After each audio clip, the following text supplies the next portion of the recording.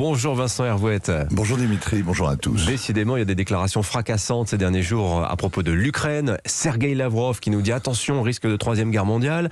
Mais là, vous vous intéressez plutôt à ce que disait récemment le discret patron du Pentagone, le secrétaire américain à la défense, Lloyd Austin. Oui, longtemps Lloyd Austin a fui les journalistes et souvent dans l'armée, il vaut mieux passer pour un imbécile que pour un bavard.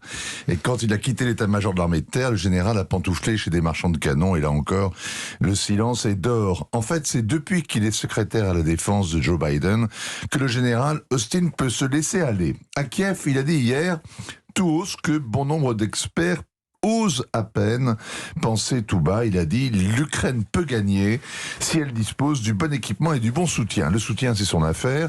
Le Pentagone arme les Ukrainiens, les encadre, les encourage. Le carnet de chèques est grand ouvert. Toutes les semaines, Joe Biden promet 7 ou 800 millions supplémentaires. Et pour une fois, c'est vrai. C'est livré avec le mode d'emploi et les spécialistes pour faire la démonstration sur le terrain si nécessaire. Du matériel de plus en plus lourd et du renseignement de plus en plus précis. Les Ukrainiens marquent des coups au but car ils ont l'essentiel, la volonté de se battre. Alors justement, la première chose pour gagner, c'est de croire que l'on peut gagner. Les Ukrainiens sont convaincus qu'ils peuvent gagner. Ça aussi, c'est ce que dit Lloyd Austin. Oui, les Ukrainiens savent pourquoi ils se battent, alors que les Russes ne le savent pas. Ils ne comprennent pas pourquoi cette opération spéciale a si mal tourné, alors qu'ils pensaient être accueillis en libérateurs. Lloyd Austin a eu l'occasion de méditer sur l'aptitude au combat, car il a fait l'Irak et l'Afghanistan, deux pays où l'armée américaine a été tenue en échec par des va-nu-pieds. Et c'est au tour des Russes d'en faire la mère expérience. Prenez Mariupol. Ça fait 2 semaines qu'on annonce la chute du dernier carré, retranché dans les sous-sols de l'usine Azovstal, bombardé à outrance et assiégé par l'ennemi, qui a l'ordre de ne pas laisser passer une mouche. Tôt ou tard, les Russes les auront à leur merci. Alors, à quoi bon résister comme les légionnaires à Cameroun ? Eh bien, parce que chaque jour qui passe est une victoire sur cette fatalité, un défi au Kremlin.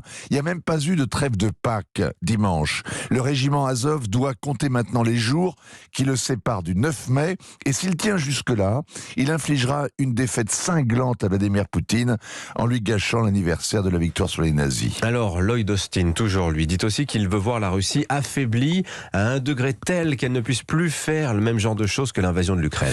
Alors c'est la phrase de trop, il s'agit moins de faire gagner l'Ukraine que de faire perdre Poutine. Il veut limer les dents de l'ours russe, pas imposer la paix. L'Ukraine est un prétexte, les Ukrainiens de la chair à canon, et en aidant les Américains, en les aidant, les Américains mènent une guerre par procuration et en enrôlant toute l'Europe derrière eux. Ça amène 2 questions. Est-ce que c'est jouable ? Peut-être, car l'armée russe a déjà reculé, elle semble une armée Potemkin, minée par la corruption, rouillée, désorganisée. Et puis la seconde question, c'est après. Qu'est-ce qui se passe ? Quelles conséquences en Russie ? Est-ce que Poutine peut être renversé ? Et après lui, est-ce qu'il y aura un nouveau Staline ? L'échec de l'armée aura tout fait de réveiller les révoltes qui ont été écrasées dans le sang, notamment dans le Caucase. Et il y a aussi le risque que le Kremlin veuille sauver la face et qu'il choisisse la fuite en avant nucléaire, le test d'un super missile, si bien nommé Satan, par un esprit malin, a de quoi inspirer cette réflexion. Merci Vincent. D'ailleurs, la France a fait savoir aussi qu'elle livrait du matériel lourd, les fameux canons César, qui sont des armes pour le moins performantes. Était-ce bien indispensable ? De le faire savoir, et enfin de les livrer et de le faire savoir. Double question. Merci beaucoup Vincent.